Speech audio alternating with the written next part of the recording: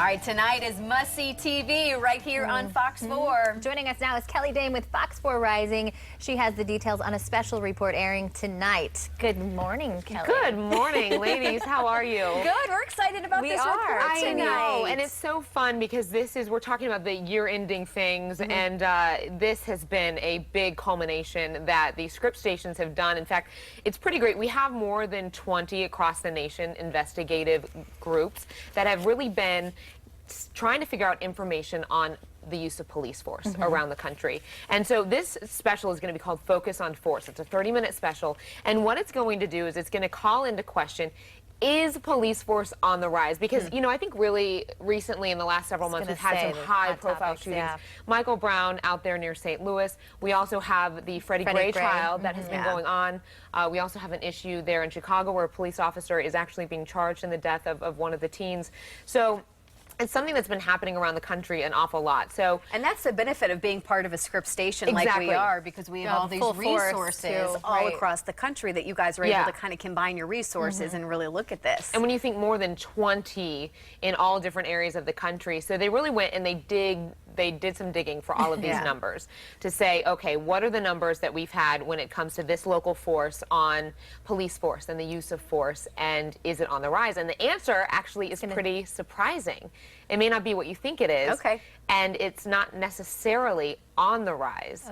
But it's kind of uncovered some problems with the reporting, the way it's being reported. And maybe some solutions that we can expect to see in 2016. So that's the point, is that this is going to address and even look at some of the answers that are already rolling. There's the ball rolling with several different national organizations like the FBI and things like that, who are saying, okay, this is a problem. They're realizing that, and they're actually going to do something about it. Well, hey, before we run out of time, we want to go over the top big stories, and this is so interesting. That's right here, very, very local in Southwest Florida. There's a list that you guys kind of put together. Number 5, the Fort Myers police chief terminated. Yeah, that was a big story. It was a big story, and all of these stories have had so many different layers.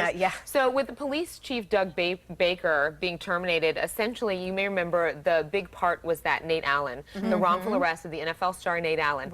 And so what that did was it started an internal investigation where they found that there was dissemination among the ranks of these police officers between the tops and those who were in the bottom, and the trust that they had. And then also when it came to that investigation, there were some discrepancies on what the chief was saying as opposed to what the actual investigation found. Then at number 4, layers. Yeah, we got to get through these. Lee County Superintendent resigns. Number 3, Fort Myers violence.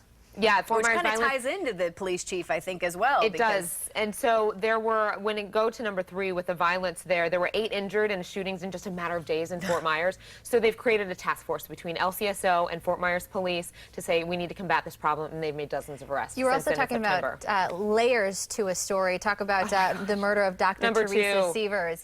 This is, and the layers keep being unraveled too. Yeah, this is a lot still to come in 2016. And this went national. That's one of the things that I marked down, is that this is probably going to be a top story of 2016 too, as we get these more documents, and that these documents suggest her husband has something to do with it, etc. So it definitely is something that's rocked the community. She was so loved here in the community. And then number 1, the biggest story that's still continuing, still going to continue in 2016 as well, because we still need answers, ZombieCon shooting. Exactly. And there has been some positive that's also come from this, because we've installed cameras downtown now for the New Year's Eve celebration that's happening in just a couple of days tomorrow.